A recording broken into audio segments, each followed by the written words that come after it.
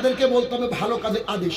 5, কেউ যদি মন্দ কাজে লিপ্ত থাকে, এটা মেয়ে বেরিয়ে চলে যাচ্ছে ওড়না নেই মাথায়, তাকে বলতে হবে আম্মু জান ওড়না মাথায় পড়ো, ওড়না পড়া বোরকা পড়া হচ্ছে ফরজ, এটা যদি না করো তোমাকে জাহান্নামে যেতে হবে। আল্লাহ সুবহানাহু ওয়া তাআলা 33 নম্বর সূরা 33 নম্বর আয়াতে বলছে মহিলারা তোমরা বাড়ির মধ্যে থাকো, খবরদার জাহালাতের যুগের মতো নিজেকে দেখে বেরিও না। এই কথা বলতে হবে, এই কাজ করো, এই কাজ করো না, এই কাজ করো, এই কাজ করো, এই কথা বলতে হবে। বলেন এবার রাস্তা কে বসবেন? তার মানে রাসূল সাল্লাল্লাহু আলাইহি ওয়াসাল্লাম এমন ভাবে গাইডলাইন দিলেন যে রাস্তায় বসে উপায় নাই মানুষের।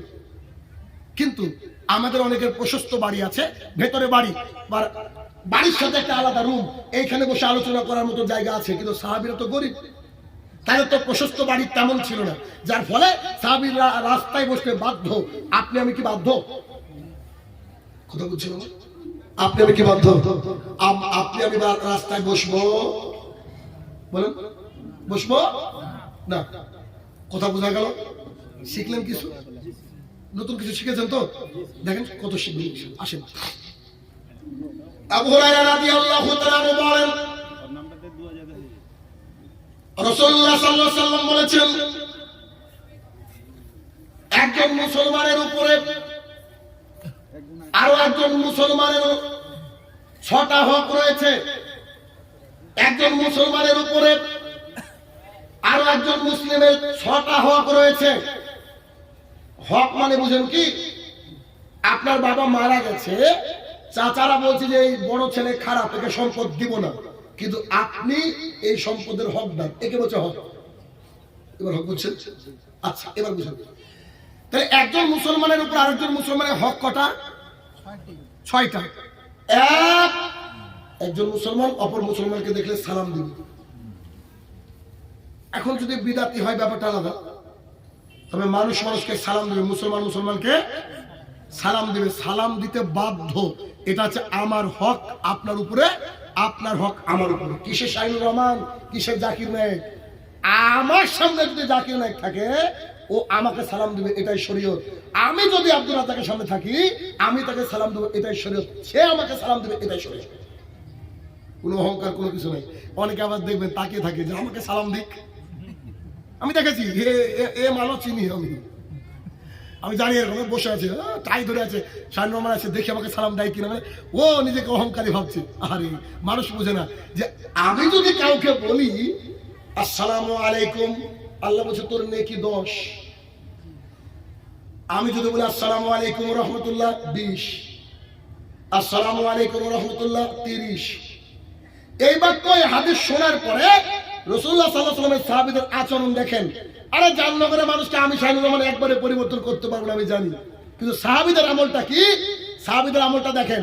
যেই শুনেছে 30 নেকি, একজন ভাইকে বলছে আসসালামু আলাইকুম ওয়া রাহমাতুল্লাহি ওয়া বারাকাতুহু, এটা বলার পরে এই পর্দার আড়ালে চলে গিয়েছে। একজন ওই সাইডে ঘুরে এসে বলছে আসসালামু আলাইকুম ওয়া রাহমাতুল্লাহি ওয়া বারাকাতুহু, 60। বুঝেননি? আবার একটু গাছের আড়াল হয়েছে, আবার হাতে আসসালামু আলাইকুম ওয়া রাহমাতুল্লাহি ওয়া বারাকাতুহু, কেন 90? তার মানে তাদের একটা কি ছিল? টেন্ডেন্সি ছিল যেটা আমরা জানবো, যেটা আমাদের নেকি রয়েছে, ওই নেকি আমরা নিজে গ্রহণ করব। আপনারা তো বাপ দাদার আহলে হাদিস বোধ হয় নাকি জন্মের পর থেকে? আলহামদুলিল্লাহ আমাদের সৌভাগ্য হয়নি, আমরা উঁচু টুপি বলা এলাকার মানুষ। তো আমাদের কয়েকটা মসজিদ হয়েছে আমাদের জলঙ্গির বুকে, আমাদের এলাকায়। তো এই মসজিদে মানে মাসে 2 মাসে একবার আমার খুতবা থাকে মানুষকে চার্জ করার জন্য। একটা খুতবা দিয়ে দিলে 3 মাসের ফজরের নামাজ কারো ছুটে না। তো আমি একবার খুতবায় একটা খুতবা পেশ করলাম, আপনাকে দেখাচ্ছি আমরা কেমন করে মানি আর আপনারা বাপ দাদার আহলে হাদিসের অবস্থা কি দেখাচ্ছি আপনাকে।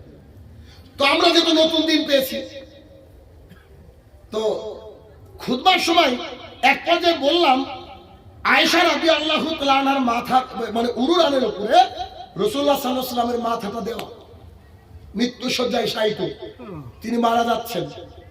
এমন অবস্থায় আব্দুর রহমান রাদিয়াল্লাহু তাআলা আনহু আয়েশা রাদিয়াল্লাহু তাআলা আনহার ভাই একটা দাঁতন মেশক নিয়ে ঢুকলেন ঘরে।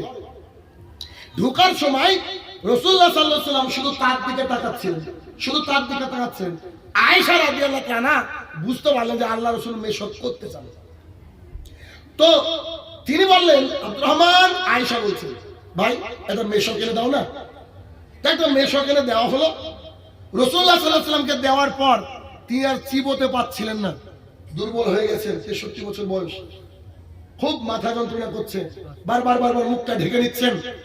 আমাদের শক্তিশালী ব্যক্তির, 2 জন ব্যক্তির জ্বর যা রাসূল সাল্লাল্লাহু আলাইহি ওয়াসাল্লামের একার জ্বর তাই। তিনি দুর্বল হয়ে গেছেন, ফিবুল হয়ে গেছেন। তো মেশকটাকে মুখে ঢুকিয়ে তিনি চিবোতে পারছিলেন। আয়েশা রাদিয়াল্লাহু তাআলা মেশকটাকে নিলেন এবং চিবিয়ে রাসূল সাল্লাল্লাহু আলাইহি ওয়াসাল্লামকে দিলেন। তিনি মেশকটাকে মুখে রাখলেন। এরকম করতে করতে তিনি পৃথিবীর মায়া ত্যাগ করে আল্লাহর কাছে চলে গেলেন। হিসাব অনুযায়ী বলা হচ্ছে রাসূল সাল্লাল্লাহু আলাইহি ওয়াসাল্লামের সর্বশেষ আমল কি? মেশক। খুতবা দিলাম, চলে গেলাম, আমার বাজারে পড়ানো ছিল। আসরের সময় যখন আমি মসজিদে ঢুকছি, মোটামুটি ভাবে আমার সবসময় ওযু থাকে, আমার কথা বলছি। এই জন্য হেসে হেসে মানুষকে বলি, মসজিদে যখন আসি, শাহিন ভাই ওযু করবে না? আমি বলি, আমি তো আবু হানিফার ছোট ভাই, মানে আমার ওযু থাকে। ওই যে এক ওযুতে মিথ্যা কথা বলে না, আমি ওটাকে মানে মজা করে বলি, আমি তো আবু হানিফার বড় ভাই, ছোট ভাই, আমার তো ওযু থাকে। মাঝে মাঝে এক ওযুতে 3 ওয়াক্ত চালিয়ে দিই, অসুবিধা নেই, শরীর সুস্থ থাকলে যা হয় আলহামদুলিল্লাহ। তো আমি নেমে বাইক নিয়ে আমাদের মসজিদে নামছি। আমি আমাদের মসজিদের যতজন লোককে দেখতে পেলাম, প্রত্যেকের মুখে মেশক। এটা আমরা, জি এটা আমরা, জি। তার মধ্যে ব্রাদার রাহুল আছে। আমরা 5 জন একটা মসজিদ চালাই। খালিদ ইমরান মুকুল আমাদের আমির, ভাইস প্রেসিডেন্ট সাবিরুল ইসলাম, শাহিনুর রহমান এক্সিকিউটিভ সেক্রেটারি, রাহুল মানে ব্রাদার রাহুল সেক্রেটারি, মনিরুজ্জামান রিপন এটা হচ্ছে আমাদের ট্রেজারার। এই 5 জন মিলে আমরা আমাদের এলাকার প্রথম মসজিদ চালাই।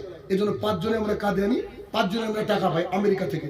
যদি আমার ব্যাংক অ্যাকাউন্ট এখনো নাই, টাকা কি করে আসে আমেরিকা থেকে জানি না।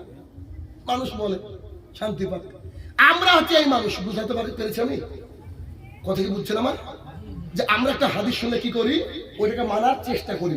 সাহাবায়ে কেরামের মতো তিনারাও সঙ্গে সঙ্গে আল্লাহ রাসূলকে বলতেন। যেই সালামের ব্যাপারে হাদিস শুনেছেন, সাহাবীরা সাহাবীকে দেখলেই সালাম, দেখলেই সালাম, দেখলেই সালাম। কেন? আরে সালাম দিলি যে নাকি কিছু না বলতে পারে, আসসালামু আলাইকুম এতদূর বললে যে 10 নেকি। আর আল্লাহ তাআলা বলছে, আমি আদম সন্তানের নেকিকে 10 থেকে 700 গুণ বাড়িয়ে দিই। নেন এবার কত নেকি হবে চিন্তা করেন। তাহলে কি করতে হবে? একে অপরকে সালাম দিতে হবে। এটা হচ্ছে মুসলমানের অধিকার। আমার মেয়ের বয়স হচ্ছে 6 বছর হলো, এই জানুয়ারিতে 6 বছর হলো।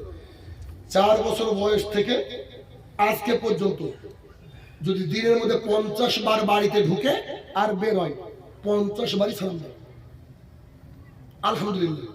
শিখাইনি তাকে আমরা। কি করে শিখেছে? আমি গেট খুলছি, আসসালামু আলাইকুম, বাড়িতে কেউ নেই, আব্বু সালাম দিচ্ছ কেন? বাড়িতে জিন থাকে তাই সালাম দিতে হবে। আচ্ছা ঠিক আছে। এই একদিন আমার হয়তো মিস হয়ে গেলে বা ও শুনতে পেলো না, চট করে দৌড়ে এসে বলছে, আব্বু তুমি সালাম দিলে না। বাড়িকে সালামময় শুরু করেন। আমার স্ত্রী মাঝে মাঝে বলে, তোমার মেয়ে সালামের চোট একদম শেষ।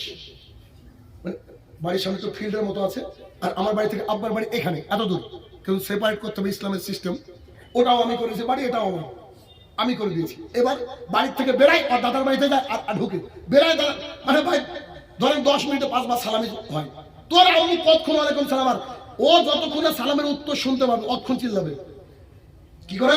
আসসালামু আলাইকুম, ওর আম্মু তো কিচেনে আছে, ওখান থেকে ওয়ালাইকুম সালাম বলে ও শুনতে পাইনি আসসালামু আলাইকুম, মানে যতক্ষণ না। আরে বাইরে তো পাবলিক আছে, ও তো এখন বুঝে না যে মহিলাদের আওয়াজটা বাইরে দেওয়া যাবে না, জায়েজ না, ওরা তো বুঝে না।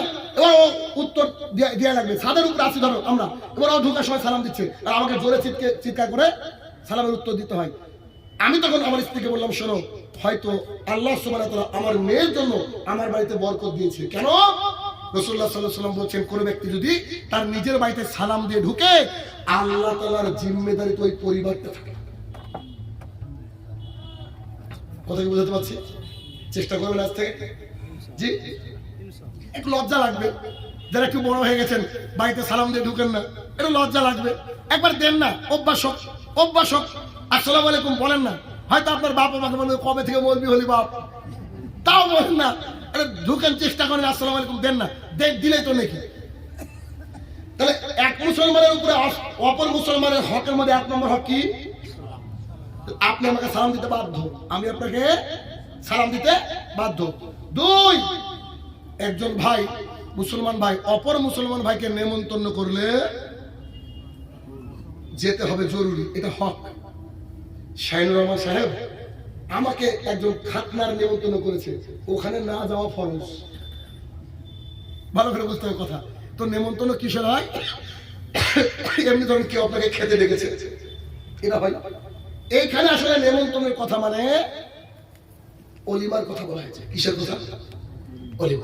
অলিমার নেমন্তন্ন যদি আপনাকে দেওয়া হয়, রাসূলুল্লাহ সাল্লাল্লাহু আলাইহি ওয়াসাল্লাম বলেছে প্রয়োজন হলে তুমি যদি রোজা থাকো, নফল রোজা, ওটাকে ভেঙে ফেলো, অলিমার দাওয়াতে যেতে হবে। তাহলে কি করতে হবে? কোন মুসলমান ভাই অপর কোন মুসলমান ভাইকে যদি দাওয়াত দেয়, তাহলে কি করতে হবে? সেটা গ্রহণ করতে হবে। কারো বাপ মারা গেছে, 40 দাওয়াত দিতে যাবেন? এটাতে যাওয়া যাবে না।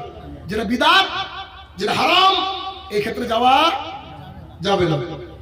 তিন, কোন মুসলমান ভাই যদি আপনার কাছে পরামর্শ নিতে আসে, তাকে সব পরামর্শ দিতে হবে। পুরো উল্টো আমাদের সমাজ, কি ঠিক না? একটা ছেলে যদি একটু চাকরি পেয়ে যায়, একটা ছেলে যদি একটু ডাক্তারি পড়ে, একটা ছেলে যদি একটু ভালো লেগে যায়, ওকে কি করে টেনে নিচে নামানো যায়, এটা নিয়ে আমাদের দুনিয়া বেঁচে ব্যস্ত। আমাদের মুসলমান সমাজ এটা দেখেন, আপনি খেয়াল করে, হিন্দুদের ভগবান নাকি 33 কোটি। আজ পর্যন্ত কোন হিন্দুকে দেখিনি যে ও বলেছে যে আমি কালী ভক্ত, আমি দুর্গাতে যাব না, আমি গণেশের ভক্ত, আমি কালী মন্দিরে যাব না। আর আমাদের সবারই আল্লাহ তাআলা এক, অথচ আমরা 73। কথা বলছেন না? মানে যাদের আল্লাহ এক তারা 73 দলে, আর যাদের ভগবান 33 কোটি তারা একসাথে। ওই যে বিচারপতির রূপ পাচ্ছেন, কি বিচারপতি? মানুষ বলছে আমাদের ভগবান ভগবান, বিচারপতি বলছে বিজেপি থেকে দাঁড়াবো, নিয়ে নেবে। দুনিয়া খুব কঠিন ভাই, খুব কঠিন। টাকা পয়সা এমন একটা জিনিস, রাসূল সাল্লাল্লাহু আলাইহি ওয়াসাল্লাম বলেছেন সবচেয়ে বড় ফিতনা কি? টাকা এবং নারী। চার, কোন মুসলমান, আর এইটা এখন যেটা বলবো, এটা একেবারে অবহেলিত আমল আমাদের সমাজে। আমি দেখেছি, আমি আজ পর্যন্ত কোন জায়গায় কোন বাড়িতে তেমন করে পাইনি। কয়েকজন দিন ভাইকে পেয়েছি, বাদ বাকি এখন পর্যন্ত পাইনি। আর আমার বাড়ির মেয়ের সামনে যদি কেউ হাঁচে আলহামদুলিল্লাহ বলে, বুঝলেন, ও সঙ্গে সঙ্গে ইয়ারমুকুল্লাহ বলবে। তো সেদিনে যে অনেকদিন পর বাংলাদেশ থেকে এসে বাড়িতে ছিলাম, আপনাদের এখানে আসার আগের দিন বোধ হয়, আমি খাওয়ার পরে বলেছি আলহামদুলিল্লাহ, আমার মেয়ে বলছে ইয়ারহমুকুল্লাহ, আমার ছেলে উঠে বলছে তুই সবসময় ইয়ারহমুকুল্লাহ বলিস কেন? আব্বু তো খেয়ে আলহামদুলিল্লাহ বলবে পানি। ছেলের বয়স 10 শুরু হলো, বুঝতে পেরেছেন? মানে ও একবার রেডি থাকে যে কেউ হাঁচি দিয়ে আলহামদুলিল্লাহ বলুক, আর যদি আলহামদুলিল্লাহ শুনতে না পাই, ঘুরে গিয়ে বলে তুমি আলহামদুলিল্লাহ বললে না, আমি যে ইয়ারহমুকুল্লাহ বলার জন্য রেডি। হাঁচি যদি কোনো মুসলমান ভাই দেয়, সে বলবে কি আলহামদুলিল্লাহ, আর ওই দিক থেকে সে অপরজন কি বলবে? ইয়া রাহমাকুল্লাহ, আর এদিক থেকে এ কি বলবে? ইয়া দিমু। বুঝতে পারছি আমি? এই আমলটা চালু করবেন ইনশাআল্লাহ? বলি ইনশাআল্লাহ। এটা কিন্তু খুব অবহেলিত আমল। ভালো ভালো শিক্ষিত শায়েখ থেকে শুরু করে অনেকের সামনে বসে দেখেছি, আমার আবার হাঁচি হয় খুব, তো হাঁচি দেখছি, আমি জোরে আলহামদুলিল্লাহ বলছি, তাদের কোনো উত্তর নেই। আমি কি দেবো? শায়েখ করে যদি শিক্ষা দেয় তাহলে কি করে হবে? তাহলে কি কেউ যদি হাঁচি দেয় একজন মুসলমান, অপর মুসলমানের দায়িত্ব কি? ফিডব্যাক করতে হবে, এভাবে যেভাবে বললাম। এরপরে 5 নম্বর, কোন মুসলমান ভাই যদি অসুস্থ হয়, কোন মুসলমান ভাই যদি অসুস্থ হয়, তাহলে তাকে দেখতে যেতে হবে। অসুস্থ ব্যক্তিকে দেখতে যাওয়ার অনেক ফজিলত রয়েছে। যতক্ষণ আপনি অসুস্থ ব্যক্তিকে দেখতে যাবেন, ততক্ষণ আপনি জান্নাতের বাগানে গিয়ে জান্নাতের ফল সংগ্রহ করতে থাকবেন। কথা বোঝাতে পারছি? এর হাদিস শরীফ, একটু হাদিস। আবু হুরায়রা রাদিয়াল্লাহু তাআলা আনহু বলেন, রাসূলুল্লাহ সাল্লাল্লাহু আলাইহি ওয়াসাল্লাম ফজরের সালাত আদায় করালেন। সালাতের পর তিনি আমাদের দিকে ঘুরে বসে বলছেন, তোমরা আজকে কে সিয়াম আছো? আজকে কে রোজা আছো? আবু বকর রাদিয়াল্লাহু আনহু উঠে বলছেন, আল্লাহর রাসূল আমি। আচ্ছা, তোমাদের মধ্যে আজকে কে এমন আছে যে কোন একটা জানাজাকে অনুসরণ করেছে? উমর বলছে, কবর তো ফজরে আসলো, জানাজা আবার কোথায়? আবু বকর বলছে, জি আমি। আবু বকর কে এটা আপনি হিসাব করতে পারবেন না, ওনার চরিত্র আমি আজ পর্যন্ত বুঝতে পারিনি। আল্লাহ কি দিয়ে বানিয়েছে, আল্লাহু আকবার। দেখেন রাসূলুল্লাহ সাল্লাল্লাহু আলাইহি ওয়াসাল্লাম বলছেন, আচ্ছা কোন একজন অসুস্থ ব্যক্তিকে দেখতে গিয়েছো এমন লোক আছো কি? উমর বলছে গ্যারান্টি নেই। আবু বকর বলছে জি নাম, এই যে আমি। কাকে দেখতে গিয়েছিলাম? একজন সাহাবী। আচ্ছা বস। তোমাদের মধ্যে এমন কি কেউ আছে যে ব্যক্তি আজকে দান করেছে? আবু বকর বলছে আমি। বুঝে ওমর বলছে তুমি কি দান করলা? ফজরে আসলাম। বুঝে ওই অসুস্থ ব্যক্তিকে দেখে যখন আসছিলাম, আমার নাতির হাতে একটু রুটি ছিল, আর একটা ভিক্ষুক মসজিদুল নববীর সামনে দাঁড়িয়ে ছিল, রুটিটাকে একটু ছিঁড়ে ভিক্ষুককে দিয়েছি। রাসূলুল্লাহ সাল্লাল্লাহু আলাইহি ওয়াসাল্লাম বলছে আবু বকর তুমি জান্নাতি, তুমি জান্নাতি, তুমি জান্নাতি। কথা কি বুঝতে পারলাম? তাহলে আবু বকর নিশ্চয় তাহাজ্জুদ গুজারি মানুষ। তারও পূর্বে একজন সাহাবীকে দেখতে গিয়েছে, উদ্দেশ্য কি? মুসলমানের প্রতি মুসলমান যে হক, এই হককে প্রতিষ্ঠা করার জন্য। 6 যদি কোন মুসলমান ভাইয়ের জানাজা উপস্থিত হয়ে যায়, জানাজায় শরীক হতে হবে। জানাজায় শরীক হলে কি নেকি আছে? জানাজা যদি পড়েন আর সেই সাথে যদি কবরস্থ করেন, কত নেকি বলেন তো? 2 কিরাত। আল্লাহ রাসূল সাল্লাল্লাহু আলাইহি ওয়াসাল্লাম কিরাত কি? ওই যে উহুদ পাহাড়, উহুদ পাহাড়কে কিরাত বলা হয়। এবার যদি 1 কিরাত নেকি সমান উহুদ পাহাড় হয়, আর 1 কিরাত নেকি সমান উহুদ পাহাড়, চিন্তা করেন তো খালি জানাজা এবং দাফনে গেলে কত নেকি, কত নেকি। এক মুসলমানের প্রতি অপর মুসলমানের হক কটা? 6টা। একটু প্যাকেট করে দিই কথাটা। 1 একে অপরকে দেখলে সালাম দিতে হবে। 2 নিমন্ত্রণ করলে যেতে হবে, তবে বিদাতি নিমন্ত্রণে যাওয়া যাবে না। 3 পরামর্শ চাইলে অবশ্যই সৎ পরামর্শ দিতে হবে। 4 কেউ যদি হাঁচি দেয় তার উত্তর দিতে হবে। 5 কেউ অসুস্থ হলে দেখতে যেতে হবে। 6 কেউ যদি কারো জানাজা উপস্থিত হয় তাহলে কি করতে হবে? তার জানাজা গিয়ে হাজির হতে হবে। বুঝা গেল কি? আচ্ছা, এই গেল মুসলমানের উপরে মুসলমানের হক। এবার আসেন সন্তানের উপরে পিতা মাতার হক কি? সন্তানের উপরে পিতা মাতার হক কি? এই হকটা আমরা একটু জানার চেষ্টা করি। 1 সন্তানের উপরে হক হচ্ছে, সন্তান প্রথম সন্তানকে কালেমার দাওয়াত দিতে হবে, আর শিরকের ভয়াবহতা সম্পর্কে সন্তানকে শেখাতে হবে। দলিল আল্লাহ সুবহানাহু ওয়া তাআলা কোরআনুল কারীমের মধ্যে বিখ্যাত একজন ব্যক্তিত্ব লুকমান হাকিম নাম শুনেছেন? সূরা লুকমানের মধ্যে আল্লাহ সুবহানাহু ওয়া তাআলা সেটাকে কোট করছেন। তিনি বলেন, লুকমান হাকিম বলছেন, ইয়া বুনাইয়া, ও আমার কলিজার টুকরা, লা তুশরিক বিল্লাহ, তুমি আল্লাহর সাথে শিরক করো না।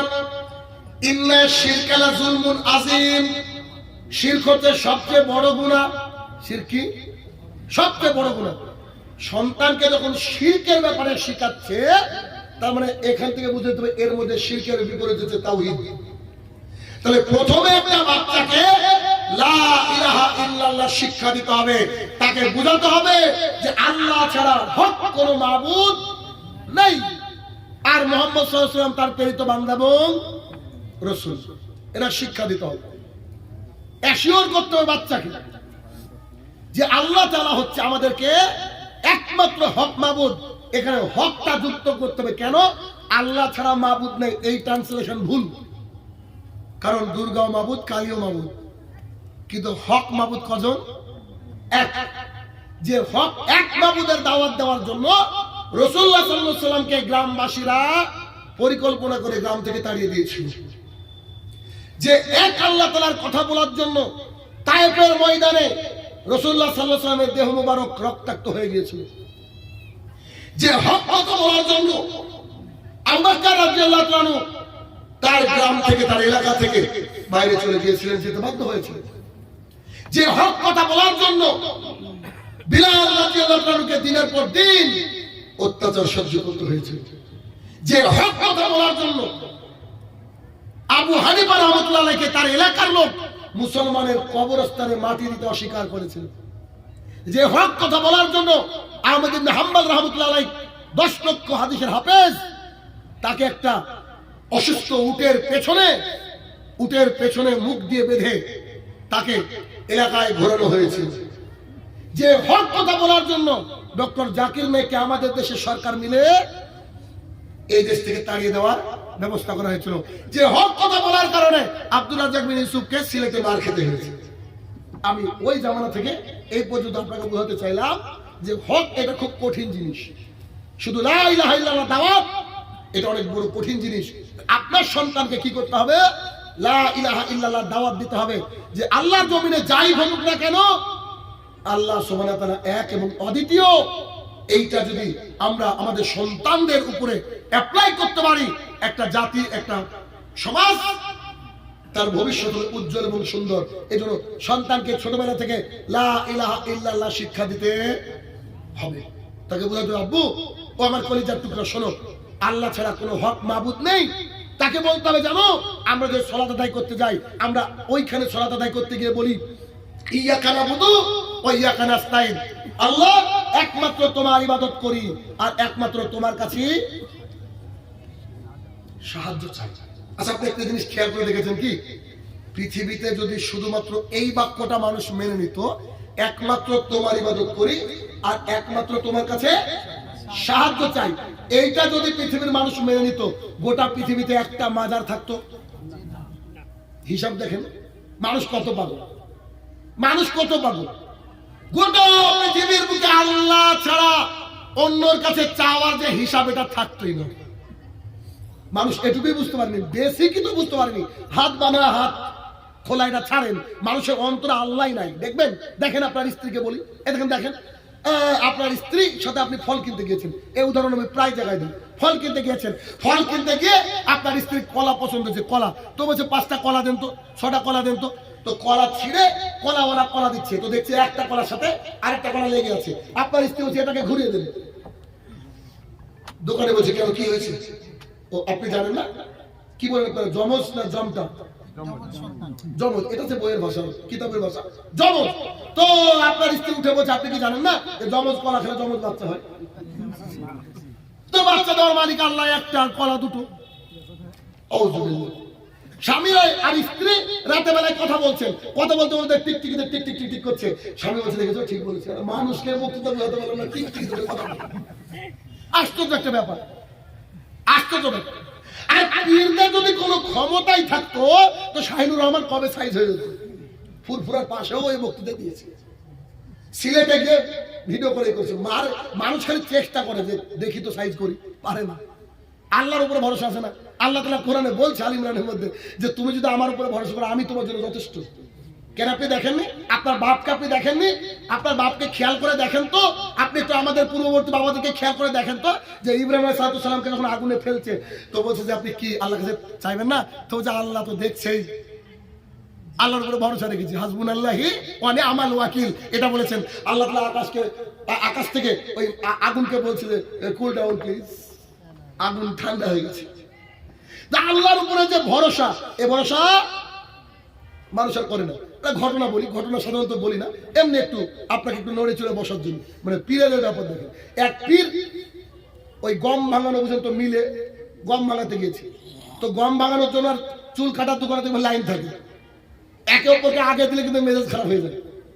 তো এবার পর এরকম করে লাইন দিয়ে সব গম রেখেছে। পীর সাহেবের একটু কাজ আছে, গিয়ে বলছে ভাই বেটা আমারটা ভাঙিয়ে দাও তো, বেটা আমারটা ভাঙিয়ে দাও। তো বলছে চাচা ভাঙাবো, ঠিক আছে আপনি রেখে যান, বিকালে নিয়ে যান, সবারই লাইন আছে। তো বলছে শোন, তুই কি আমার নাম জানিস না? কি নাম? তো তহসিদ্দিন। কথা তার নাম অমুক, আমার নাম অমুক। তো বলছে যে আপনার নাম অমুক, আমি পীর, তোর হিসাব আছে কি? এমন একটা ফু মারবো তোর মেশিন সব বন্ধ হয়ে যাবে। ওখান থেকে বলছে। তো ওই যে ও ছিল আমার মতন লোক ছিল যে গম ভাঙায়, ও উঠে বলছে হুজুর আমি গরিব মানুষ, আমাকে ফুটু মেরে এরকম ক্ষতি করেন না, ফু মেরে গমটাই ভাঙি নেন। বুঝেন নি? ফু মেরে গমটাই ভাঙি নেন। তাওহীদ এমন একটা জিনিস যে তাওহীদ যদি কারোর মধ্যে না থাকে সে মূর্খ। আজকে একটা ভিডিও দেখলাম আমি, ওই যে আব্বাস সিদ্দিকীর চাচা তহা কি বলছে জানেন? আল্লাহ আমার জান্নাত দরকার নাই, আমি দৌড়ে দৌড়ে জাহান্নামে যাবো? ও আর কি জাহান্নামের উপরে জান্নাত উপরে বিশ্বাস করে বলছেন? ও যদি বিশ্বাস থাকতো এই কথা বলতো। আল্লাহ রাসূল সারা জীবন শিখিয়েছেন যে আল্লাহুম্মা আজিরনি মিনার নার, আর ও বলছে আমি জাহান্নামে যাব, আমার টেনশনই নাই, তবে আমাকে শুধু নবীর দিদার দিও। আরে তো কিছু বলি।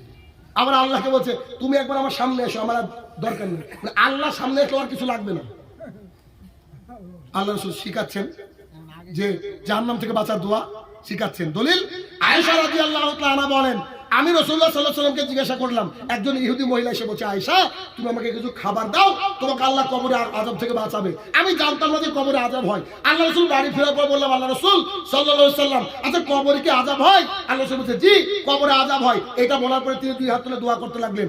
আয়েশা রাদিয়াল্লাহু তাআলা বলছেন, আমি সেদিনের পর থেকে একটা সালাতও দেখিনি রাসূল সাল্লাল্লাহু আলাইহি ওয়াসাল্লাম কবরের আযাব থেকে, জাহান্নামের ভয়াবহতা থেকে মুক্তি চান না। তখন রাসূল সাল্লাল্লাহু আলাইহি ওয়াসাল্লাম মুক্তি চেয়েছেন। আমরা তো দোয়া মাসুরার মধ্যে পড়ি না, এটা যে আমরা পড়ি। আর হুজুর বলছে আমার জাহান্নামে যেতে রাজি, আল্লাহ তুমি একবার দেখা করো। বুঝতে পেরেছেন? তো লা ইলাহা ইল্লাল্লাহ দাওয়াত কত দরকার। এই জন্য সৌদি আরবের মানুষ যাই করুক না আলহামদুলিল্লাহ ওরা শিরক থেকে মুক্ত। সবাই না, কিছু তো থাকবে, কারণ আবু জাহেলের বাড়ি তো জাহান্নাম করে না, ওটা তো থাক স্বাভাবিক। কিন্তু সাধারণত কি মানুষ কি শিরক থেকে মুক্ত, ওরা বুঝে। যেমন ইয়া আলী ইয়া গাউসে পাক মাদাদ আউযুবিল্লাহ এই ধরনের কথা বলে কি বলে না, কিন্তু চাইতে হবে কার কাছে? আল্লাহ তাআলার কাছে। তাহলে যে লোক সালাত আদায় করে আবার ফুরফুরাতে গিয়ে আদিনাতে গিয়ে চায়, এই লোক মুসলমান হতে পারে? বলেন কেন? ওই যে সূরা ফাতিহায় তো ভুল করলো, ও আল্লাহকে বলছে তোমারই সাহায্য চাই, তোমারই ইবাদত করি, তোমার কাছে সাহায্য চাই, আবার গিয়ে বলছে বাবা সন্তান হেনা দাও না। আশ্চর্য দুনিয়া। তাহলে বাচ্চাকে কি করতে হবে? লা ইলাহা ইল্লাল্লাহ শিক্ষা দিতে হবে। 2, যদি পুড়িয়ে মেরে ফেলে তাও শিরক করা যাবে না, এই কথা বলতে হবে। তো বাচ্চাকে রেডি করেন। আমি হয়তো আমার বাচ্চার উদাহরণ দিচ্ছি, আমি বাইরে পাচ্ছি না, একটু দেখেন। কিছুদিন আগে আমার মেয়ে বললাম যে সালাম ছাড়া বাড়িতে ঢুকে না। আমার দেখা মতো ওই একদিন ঢুকেছে সালাম ছাড়া। কিছুদিন আগে দেখছি দুই ভাই বোন, আমার মানে দুষ্টু, মানে দুই ভাই বোন, মানে বাড়িতে সবারই কারো যদি বাচ্চা থাকে নিশ্চয়ই জানেন, সবচেয়ে ভালোবাসার যিনি দুই ভাই বোন, আর সবচেয়ে বড় শত্রু দুজন। তো প্রতিদিন আমার ছেলে হয়তো ওকে জ্বালাবে, ও ওকে জ্বালাবে। বাড়িতে দেখছি হম করে গেটটা খুলে ঢুকে পড়েছে। আমি তো অবাক, ডাইনিং এ বসে আছি। আমি বলছি আম্মু আসসালামু আলাইকুম। ওয়ালাইকুম আসসালাম বলছে। তাহলে তো মেয়েকে আবার বিগড়েছে কেউ। আমিও বললাম যে বেটাকে আসুক, ওর ব্যবস্থা করছে না জেনে ওকে ই করার জন্য। আমি বলছি শোনো তুমি সালাম দিলে না কেন? 2-3 বার বলা বলছে আসসালামু আলাইকুম। আমি বলছি ওয়ালাইকুম আসসালাম। বলো আম্মু কি হয়েছে? আব্বু তুমি আমাকে আগে বলো আমাদের নবী দিবস আছে, নবীর জন্মদিন হয় নাকি? এভাবে বলছে আমাদের নবীর জন্মদিন হয় নাকি? জন্মদিন তো হয় দিয়াদের। আমাদের বাড়ির পাশে হিন্দু আছে, একেবারে বাড়ির সামনে, ওইখানে ওর খেলার সাথে একটা মেয়ের নামে যে দিয়া, ওরা জন্মদিন পালন করে। আমাকে বলছে আমাদের নবীর আবার জন্মদিন হয় নাকি? জন্মদিন হয় দিয়াদের, মানে হিন্দুদের। আমি তো কোনো কনটেক্সটে বুঝতে পারলাম না তুমি কি বলতে চাইছো। বলছে এ দেখো ডায়েরিতে লিখে দিয়েছে আগামী কালকে নবী দিবসের জন্য আমাদের স্কুল ছুটি। বুঝতে পারেননি? 12 রবিউল আউয়ালের জন্য স্কুল ছুটি দিয়েছে, আর ঘোষণা তো করতে হয়। এই জন্য ও কিন্তু মেজাজ গাড়িতে উঠার পর যে আব্বুকে গিয়ে বলবো যে নবী দিবস হয় নাকি, আর ওইটা যে মুসলমানের স্কুল তাও জানে। কথা বলতে পারছেন? এই তাওহীদটা ভেতর থেকে সৃষ্টি করতে হবে। তাহলে বাচ্চাকে বোঝাতে হবে যে এগুলো যেন না হয়। এরপরে যখন বাচ্চা জন্ম নিবে, বাবা মার অধিকার বলছি, বাচ্চা যখন জন্ম নিবে 7 দিনে আকিকা হবে। কদিনে? 7 দিনে আকিকা হবে। ছেলে হলে একেবারে 2 ছাগল, মেয়ে হলে 1 ছাগল। ছাগল দাতা হোক আদাতা হোক, ওই 6 মাস বয়স হোক, ডাজেন্ট ম্যাটার, কিন্তু ছেলে হলে 2, মেয়ে হলে 1 ছাগল দিতে হবে। শাহিনুর রহমান সাহেব আমি গরিব মানুষ, পারি না যে, তো বিয়ে করলেন কেন? আর যদি এখন যারা বিয়ে করবেন এখন থেকে আপনার রেডি হন। বাচ্চা যেদিন থেকে পেটে আসবে, আল্লাহ সময় দিয়েছে কদিন? 9 মাস, মিনিমাম তো 9 মাস। এবার 9 মাসে একটু একটু করে টাকা জমান, দেখবেন সিজারের টাকা সহ আপনার টাকা জমে গিয়েছে। হয় কি হয় না? আমি তো জমিয়েছি, এভাবে করেছি। আমার ছেলে হওয়ার সময় আমার আব্বা বলছে টাকা দিব কি?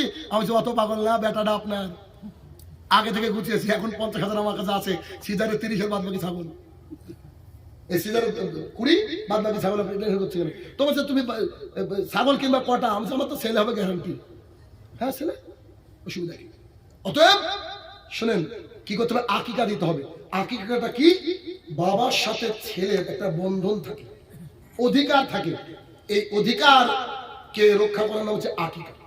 আকিকার গোশত কুরবানির মতো ইচ্ছা করলে ভাগ করতে পারেন, আকিকার গোশত সব নিজে খেয়ে ফেলতে পারেন, আকিকার গোশত সব দান করে দিতে পারেন। এটা আপনার গোশত, শুধু জবাই হবে আল্লাহ সুবহানাহু ওয়া তাআলার নামে, নিয়াতটা থাকবে আমার সন্তানের আকিকা।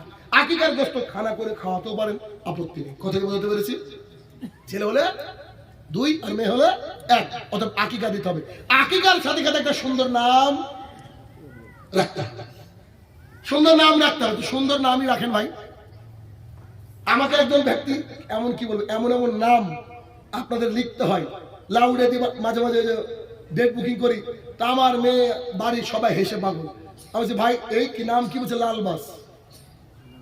লালবাস। আমার মেয়ে তো আবু লালবাসের ডেট করবে, লালবাসের ডেট করবে, বুঝলেন? এই করতে করতে চলে গেছি ওই প্রোগ্রামটা। ইয়াং একটা ছেলে, অল্প বয়সে, অনেক মানুষ ছিল। আমি বললাম ভাই শুনুন, আপনার নাম কে রেখেছি? স্যার আমার দাদা রেখেছে। একটা যুগের মানুষ তো, ও দাদু রেখেছে।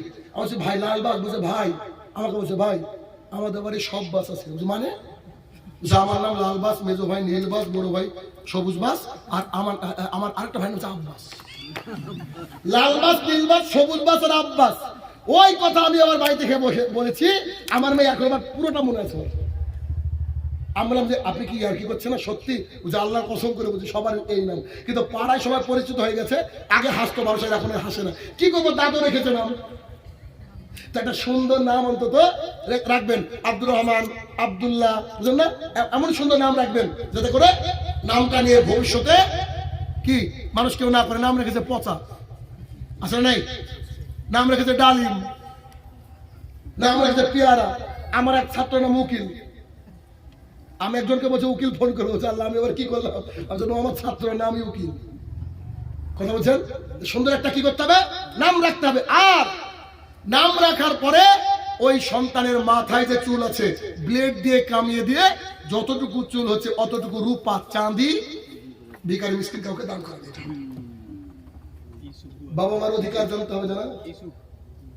এরপরে পরের পয়েন্ট হচ্ছে খাতনা করতে হবে। আমরা কি বলি? মুসলমানি। মানে ওটা না করলে নাকি মুসলমানি হয় না, এটা ভুল। কি করতে হবে আমাদেরকে? খাতনা করতে হবে। আর খাতনার কোনো সময় নেই, টাইম পিরিয়ড নেই। আপনি যখন ইচ্ছে করবে বাচ্চার সময় করলেই ভালো, আপনি খাতনা করে দেবেন। খাতনার উপরে আয়োজন করে যত রকমের অনুষ্ঠান হয় A to Z বিধান।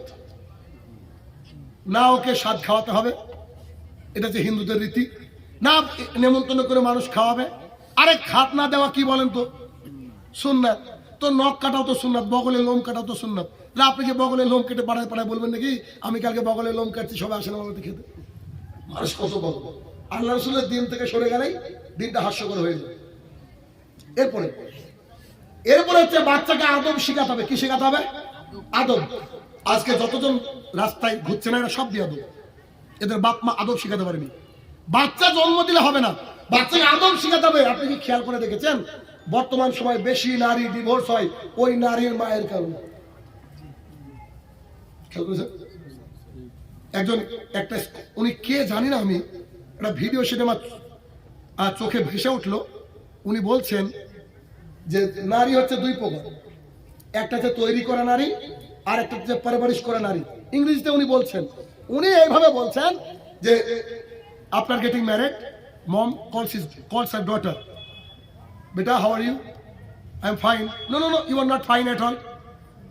সে মা ফোন করছে মেয়েকে, মা কেমন আছো? বলছে আমি ভালো আছি। মেয়ে ঘুরে বলছে না তোর গলার আওয়াজটা কেমন লাগছে, তুই তো ফাইন না। না তোর ব্যাপার আছে। আম্মু আমি ফাইন। না সমস্যা আছে, কোন ঝামেলা আছে কি? হ্যাঁ। বলছে ফ্লাইট পাকার বাপাস। দেখবেন বেশিরভাগ নারীরা আজকে ডিভোর্স হচ্ছে ওর মায়ের আর ওর বাবার এর কারণে। যে কি আমার মেয়ে, তুই আমার মেয়ে রাজধানী করে মানুষ করেছি, ওই বাড়িতে তুই কাজের চাকরানি নাকি, তুই সব বান আর come to my home, come back home. এই কি হয় না এগুলো হয় না? খবরদার। দেখেন কি গতি। পৃথিবীর সবচেয়ে ভালো মানুষের নাম কি বলেন তো? তারপরে যদি সবচেয়ে ভালো মহিলার নাম হয় আয়েশা রাদিয়াল্লাহু তাআলা। আল্লাহ সরাসরি সিলেকশন করেছেন আল্লাহ রসুলের সাথে আয়েশা রাদিয়াল্লাহু আনহার বিয়ে হবে। আয়েশা রাদিয়াল্লাহু আনহা এমন একজন আমাদের উম্মুল মুমিনিন, তার সুবাদে আল্লাহ তাআলা অনেক আয়াত নাযিল করেছেন। আয়েশা রাদিয়াল্লাহু তাআলা ওই যে হার হারিয়ে ফেলেছিল সে ঘটনা জানেন না? রাসূলুল্লাহ সাল্লাল্লাহু আলাইহি ওয়াসাল্লামের উরুরানের উপরে মাথা দিয়ে শুয়ে আছে, আবু বকর রাদিয়াল্লাহু আনহু ঢোকার পরে এমন করে মেরেছে ওকে, এক মেরে একদম ছিটকে চলে গিয়েছে আল্লাহ রাসূলের সামনে। তুমি এত বড় মানুষ, তোমার হুঁশ থাকে না? হ্যাঁ, তুমি হার হারিয়ে ফেলেছো, বদ কোথাকার। বাবা কাকে মারছে? পৃথিবীর সবচেয়ে মহিষী নারীকে মারছে পৃথিবীর সবচেয়ে ভালো মানুষের সামনে। জনাব, এটা হচ্ছে আদব। বাবা যাই হোক না কেন, এই মা কলিজার টুকরা, তোমার যদি কষ্ট হয় বাড়িতে, ওইটা তোমার স্বামীর বাড়ি, you have to stay there. তোকে ওখানে থাকতে হবে, তুই বাড়িতে আসতে পারবি না। তবে আমি আসবো, যদি কোনো সমস্যা হয় আমি দেখবো ইনশাল্লাহ। তোমার স্বামীর ব্যাপারে রাসূলুল্লাহ সাল্লাল্লাহু আলাইহি ওয়াসাল্লাম বলেছেন, আল্লাহ ছাড়া কাউকে যদি সেজদা দেওয়ার অনুমতি আমি দিতাম, আমি স্ত্রীকে বলতাম তোমার স্বামীর পায়ে সেজদা দাও। খবরদার সামান্য একটু ঠুকমুক হয়েছে, বলছে বাবা I am feeling bad, come to my home. বাপরে বাপ, কত বড় কথা। অত কি করতে হবে? আদব শিখাতে হবে। এর পরের পয়েন্ট হচ্ছে চুমু। হাদিসের রাবিটা ভুলে গেলাম। হাদিসের রাবি মানে কে বর্ণনা করেছেন? সম্ভবত আনাস রাদিয়াল্লাহু আনহু, মেবি আল্লাহু তাআলা আলাম। আনাস রাদিয়াল্লাহু তাআলা আনহু বলেন, মসজিদুল নববীর মধ্যে রাসূলুল্লাহ সাল্লাল্লাহু আলাইহি ওয়াসাল্লামের সঙ্গে কিছু লোক সাক্ষাৎ করতে দেখেছেন। এমন অবস্থা হাসান অথবা হোসেন হেঁচে রাসূল সাল্লাল্লাহু আলাইহি ওয়াসাল্লাম নিয়ে চুমু দিচ্ছেন। কি দিচ্ছেন? চুমু দিচ্ছেন। চুমু দেওয়ার সময় পাশ থেকে যে লোকগুলো দেখতে গেছিল সেই লোকগুলো বলছে, বাবা আপনারা কি বাচ্চাকে চুমু দেন? আল্লাহ রাসূলকে বলছেন, কি বলছেন? আপনারা বাচ্চাকে চুমু দেন? রাসূল সাল্লাল্লাহু আলাইহি ওয়াসাল্লাম উত্তরটা আমার মজা লেগেছে, দেখেন আপনাদের ভালো লাগবে। রাসূলুল্লাহ সাল্লাল্লাহু আলাইহি ওয়াসাল্লাম হ্যাঁ বা না বললেন না। তিনি বলছেন, কারোর অন্তর থেকে আল্লাহ যদি ভালোবাসা ছিনিয়ে নেয় তো আমি মুহাম্মদ সাল্লাল্লাহু আলাইহি ওয়াসাল্লাম কি করব? কথা বুঝেন? কারোর অন্তর থেকে যদি আল্লাহ তাআলা ভালোবাসা ছিনিয়ে নেয় তা আমার তো কিছু করার নেই। তার মানে কি? বাচ্চাদেরকে অবশ্যই চুমু খেতে হবে। ওই সাহাবী, ওই ব্যক্তি যে দেখা করতে এসেছিল, সে বলছে আমাদের অনেকগুলো বাচ্চা কোনোদিন এরকম করে আদর করে চুমু খাইনি। আউযুবিল্লাহ। কি করবেন? বাচ্চাকে চুমু খাবেন। এমনকি মেয়ে বড় হয়ে গেল, মেয়ে ঘরে যখন একাকী থাকবে, আপনি গিয়ে জিজ্ঞেস করবেন, আম্মু জান কি খবর, কি বলো, তোমার খবর টবর কি, ইত্যাদি ইত্যাদি জানবেন। ছেলে মেয়েকে কাছে রাখবেন, এটা হচ্ছে তরিকা। অনেক মেয়ে তার বাড়িতে সবাই থাকার পরেও একা, জানেন কি, তার প্রয়োজন বলতে পারে না, এরকম পরিস্থিতি। অতএব কি আদর চুমু ইত্যাদি করতে হবে।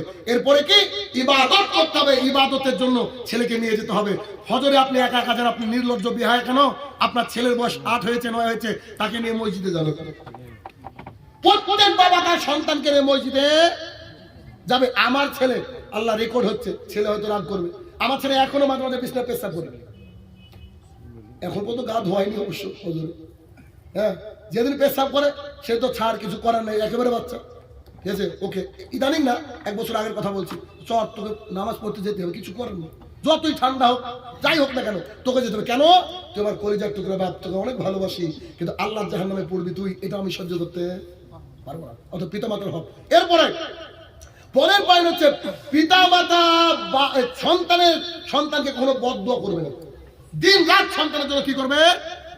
দোয়া করতে থাকবে। যদি রাগই হয়, প্রচন্ড রাগ হয়ে গেছে সন্তানের উপরে, আপনি গালিও দিবেন না, বলবেন যে তোকে আল্লাহ তাআলা ডক্টর জাকির নাইক বানাক। বুঝলেন? উল্টো বলবেন। কেন? 3 শ্রেণীর ব্যক্তির দোয়া আল্লাহ তাআলার সাথে কোনো আর থাকে না, সরাসরি আকাশে উঠে চলে যায়। তার মধ্যে এক শ্রেণী হচ্ছে পিতা মাতা। খবরদার, বাচ্চাকে যতই রাগ হোক না কেন, যদি রাগ হয় তো একা একা আঘাত করে নিজেকে কন্ট্রোলে থাকুন, কিন্তু খবরদার দোয়া করবেন, বদ্ধ করবেন না। সন্তানের জন্য বারবার করে দোয়া করতে থাকবেন। কেমন? ওই সেই ইব্রাহিম আলাইহিস সালাম, মা হাজেরা রাদিয়াল্লাহু আনহা আর একে রেখে গেছিলেন, সরি মা হাজেরা আলাইহিস সালাম এবং ছোট্ট কলিজার টুকরা সন্তানের নাম কি ছিল? কোথায় রেখে গেছিল? বিরান অঞ্চল, কিচ্ছু নাই মক্কাতে, কিচ্ছু নাই। ওইখানে এমন একটা সিচুয়েশন হয়েছিল যে ওইখানে যখন তারা কাটা কবুতরের মতো ছটপট ছটপট করছে, তখন তিনি এদিকে সরে এসে দেখলেন দেখা যাচ্ছে না, আল্লাহ দরবারে 2 হাত তুলে বলছে, আল্লাহ গো, বউকের বাচ্চাকে আমি রেখে আসলাম মাবুদ, শুধু তোমার পরীক্ষার জন্য, আল্লাহ গো তাকে হেফাজত করো, ইত্যাদি থেকে দোয়া করতে থাকবেন। বাপ মার সারা জীবনের দায়িত্ব কি? সন্তানের জন্য কি করবে? দোয়া করো। আমার স্ত্রী আমি যখন থাকি বাইরে, আমাকে কোনো কিছু বলে না যে ইনকাম করতে হবে বেশি, ইত্যাদি ইত্যাদি, খালি বলে আমাদের সন্তানের জন্য কি করো? দোয়া করো। কথা বোঝা যাচ্ছে? তাহলে কি বেশি আলোচনা করবো না বলেছি, তাও অনেক হয়ে গেছে। এরপরে কি বিয়ে দিতে হবে সন্তানের। কি আপনার বিয়ে লাগে, সন্তানের বিয়ে লাগে না? কি হয়?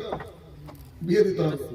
তবে আমাদের সমাজে যে বিয়ে প্রচলিত আছে এগুলো মুসলমানের বিয়ে প্রচলিত নাই। ইহুদি ইহুদি হিন্দু খ্রিস্টান এদের হচ্ছে কি, এদের হচ্ছে কি এই হিসাবে আমরা কি করি, বিয়ে দিই। ঠিক আছে, অতএব বিয়ের যে তরিকা, এই তরিকা আমাদের বিয়ে দিতে হবে। আসলে আমার বইগুলো শেষ হয়ে গেছে, আমি দুটো বই এনেছি আপনাদেরকে গিফট করার জন্য। কথা বুঝেননি? আপনাদেরকে গিফট করার জন্য।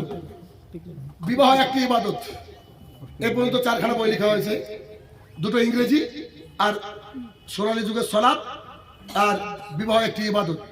ঘরে বসে স্পোকেন ইংলিশ আর 30-এ 30 48, যেহেতু কম্পিটিটিভ এক্সাম পড়াই আমি, ইংরেজির মাস্টার মানুষ তো আমি। এই দুটো বই আমি আপনাদেরকে গিফট করব, এমনি না, গিফটটা করবো প্রশ্ন করে দিয়ে বক্তৃতা শেষ করে বাড়ি চলে যাবো। কেন আমার পরে একজন যোগ্য আলেম রয়েছেন। সেটা হচ্ছে, আমি আজকে আপনাদেরকে যত হাদিস শুনেছি, কেউ বলবেন না উত্তর জানলে হাত তুলবেন, ঠিক আছে? আমি যত হাদিস শুনেছি, প্রথমে সে রাস্তার হকের হাদিস শুনেছি, এই হাদিসের রাবি মানে বর্ণনাকারী কে ছিল, হাত তুলবেন। বর্ণনাকারী কে ছিল, হাত তুলবেন। শুধু বক্তৃতা শুনলে হবে না জনাব, সামনের দিন থেকে নোট পেন্সিল নিয়ে আসতে হবে, নোট করতে হবে। কেউ কি পারবেন? আবু হুরায়রা, ওকে। আর কেউ? বাবা ভাই তো এখান থেকে দান মেরে নিল। জি, আবু সাইদ খুদরি রাদিয়াল্লাহু তাআলা। বিয়ে হয়েছে? বিয়ে হয়ে গেছে, সন্তানের বিয়ে দিতে হবে ইনশাআল্লাহ, এই নিয়মে, ঠিক আছে? ইনশাআল্লাহ আল্লাহ কবুল করুন। আচ্ছা, এরপরে আমি আজকের বক্তৃতার মধ্যে আপনাদেরকে যে হক গুলা বলেছি, যে একজন মুসলমানের প্রতি অপর মুসলমানের হক, এখানে 6টা হকের কথা উল্লেখ করতে গিয়ে এমনি বলবেন না, কিন্তু হাত তুলবেন। একটা হকের কথা আমি বলেছি খুব অবহেলিত, কেউ একে অপরের উপরে এটা করি না আমরা, সেটা কি? হাত তুলবেন খালি। আপনি বলেন।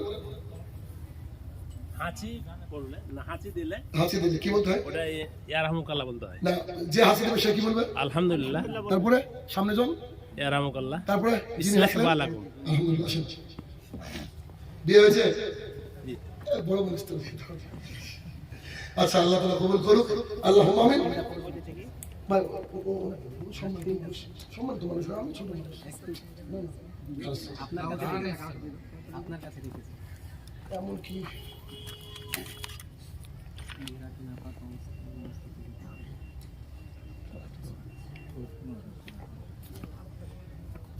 আচ্ছা, দেখি যে 3টে প্রশ্ন রয়েছে।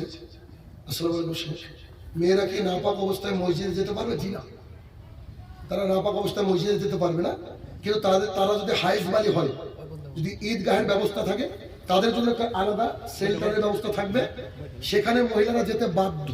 কি করতে বাধ্য? রাসূলুল্লাহ সাল্লাল্লাহু আলাইহি ওয়াসাল্লামের এক স্ত্রীকে রাসূল সাল্লাল্লাহু আলাইহি ওয়াসাল্লামকে এসে বলছে, আমার অমুক বোনে তো ওড়না নেই। রাসূল সাল্লাল্লাহু আলাইহি ওয়াসাল্লাম যে তোমার ওড়না তাকে ধার দিবা, তারপর হাইজ বালি মহিলারা ঈদগাহে যাবে। কেন? দোয়ার জন্য। সারা বছর ইফতার ইত্যাদি রেডি করে, শাড়ি রেডি করে খাওয়ালো, আপনি একা নিয়ে কি নেবেন? ও বাড়িতে বসে দেখবে? ঈদগাহে যাবে, কিন্তু মহিলারা নাপাক অবস্থায় মসজিদে উঠতে পাবে না। এরপর যদি কোনো পরিবার থেকে কোনো লোন নিয়ে ব্যবসা বা বিজনেস করে আর তার বাড়ির সদস্য সেই টাকা খেয়ে আল্লাহর ইবাদত করলে, ইবাদত হবে কি? প্লিজ একটু বিস্তারিত আলোচনা করবেন। বিস্তারিত আলোচনা করার কিছু নাই। মুসলিম শরীফের হাদিস, রাসূলুল্লাহ সাল্লাল্লাহু আলাইহি ওয়াসাল্লাম বলেছেন, ইন্নাল্লাহা তাইয়্যিবুন লা ইয়াকবালু ইল্লা তাইয়্যিবা। নিশ্চয়ই আল্লাহ পবিত্র, পবিত্র জিনিস আল্লাহ তাআলা গ্রহণ করেন না। কোরআনে আল্লাহ সুবহানাহু ওয়া তাআলা সরাসরি মুহাম্মদ সাল্লাল্লাহু আলাইহি ওয়াসাল্লামকে বলছেন যে তুমি ইবাদত করার আগে কি মানে তৈয়ব পবিত্র বস্তু আর হালাল বস্তু খাও, তারপরে তোমার ইবাদত আল্লাহর দরবারে গৃহীত হবে, আদারওয়াইজ গৃহীত হবে না। অতএব ভিক্ষা করে খান, লোন নিয়ে ব্যবসা করতে যাইয়েন না, এটা আল্লাহ সবই পরীক্ষা। আল্লাহ আপনাকে না খাইয়ে রাখবে না। আল্লাহ তাআলা কোরআনে বলছে, এমন কোন জীব নাই যার রুজির দায়িত্ব আমি আল্লাহ তাআলা নিইনি। অতএব খবরদার লোনের দিকে যাবেন না, কারণ লোন নিয়ে মারা গেলেন শেষ। সন্তান তো খাবে, আপনি কবরে খাবেন বাস। পরে প্রশ্ন, রমজান মাসে রাত্রে গজল গেয়ে এবং কোরআন তেলাওয়াত পড়ে জাগা হয়, এটা কোরআন হাদিস দ্বারা কি? না, এরকম কোনো দৃশ্য নেই। জাগানোর ব্যাপারে যদি একটা কাজ করা যায়, ওই যে ডবল যে আজানের ব্যাপার আছে, এক আজানে মানুষ উঠবে, শাহরি খাবে, আর আরেক আজানে মানুষ কি করবে? কি করবে? তো আমি মনে করি এখন এগুলোর কোনোই প্রয়োজন নেই। প্রত্যেকের বাড়িতে অন্তত 4টি থেকে 5টা করে আছে। বেশি আছে। কথা কথা মিনিমাম অ্যালার্ম দিয়ে দিবেন, উঠবেন। আর আপনি কেমন আল্লাহর বান্দা যে রমাদান মাসে টেনশন করেন? ওটা তো এমন একটা মাস, খালি রহমত নাজির হতেই থাকে হতেই থাকে। আপনাকে আগে থেকে প্ল্যান করতে হবে যে রমাদান মাস মানে স্পেশাল কিছু আমাদের জন্য। এজন্য অ্যালার্মের কথা কেন ভাববেন? আপনি ইবাদত করবেন, ইবাদতের মাস সেইটা। অতএব ডাকার দরকার নাই, কারণ ফরজ ইবাদত আপনার কত টাকা হয়েছে কই আমাকে তো বলেন না। একটু বলেন দেখি ব্যাংকে কত টাকা আছে, তাহলে বলি হজ ফরজ হয়েছে কিনা।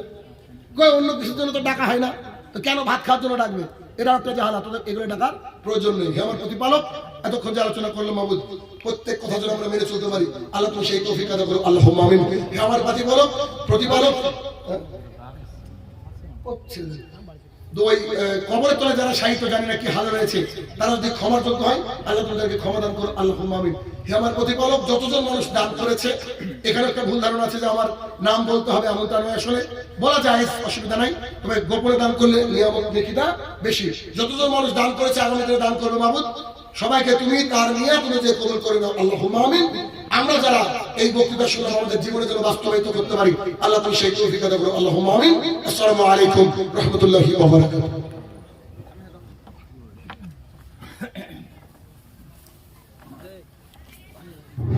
আসসালামু আলাইকুম।